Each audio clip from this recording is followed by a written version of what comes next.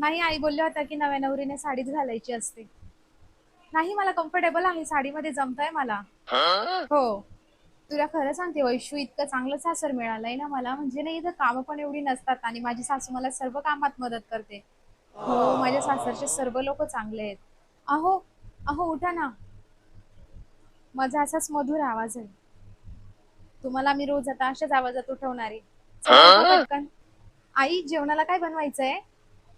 अच्छा, भाकरी पोळी दोघं बनवू आणि भात पण? हो चालेल आई, बनवते. आई, घरातली कामं सर्व झाली आहेत, आता मी झोपायला जाते. हो, कारण सकाळी लवकर उठावं लागेल ना. चालेल आई.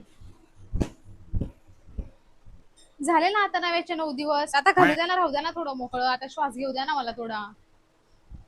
नाही जमत मला साडीमध्ये, कम्फर्टेबल नाही होत. अगं बाई, काय सांगू वैशू तुला, लग्न बिलकुल पण नको करू तू. खूप काम असतात ग इथे, कोणी कामात मदत पण नाही करत. हो, मी तुला एकच माझा सल्ला देईल की तू लग्नच करू नको.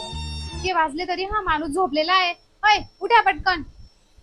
कसला मधुर आवाज, असाच आवाज आहे माझा. उठा पटकन. आई, जेवणाला काय बनवायचंय? एवढं सगळं काय बनवत बसत नाही मी, साधं सोपं खिचडी टाकून देते, सर्व कामं झाली, मी झोपायला चालली. सकाळी मला कोणीच लवकर उठवायचं नाही.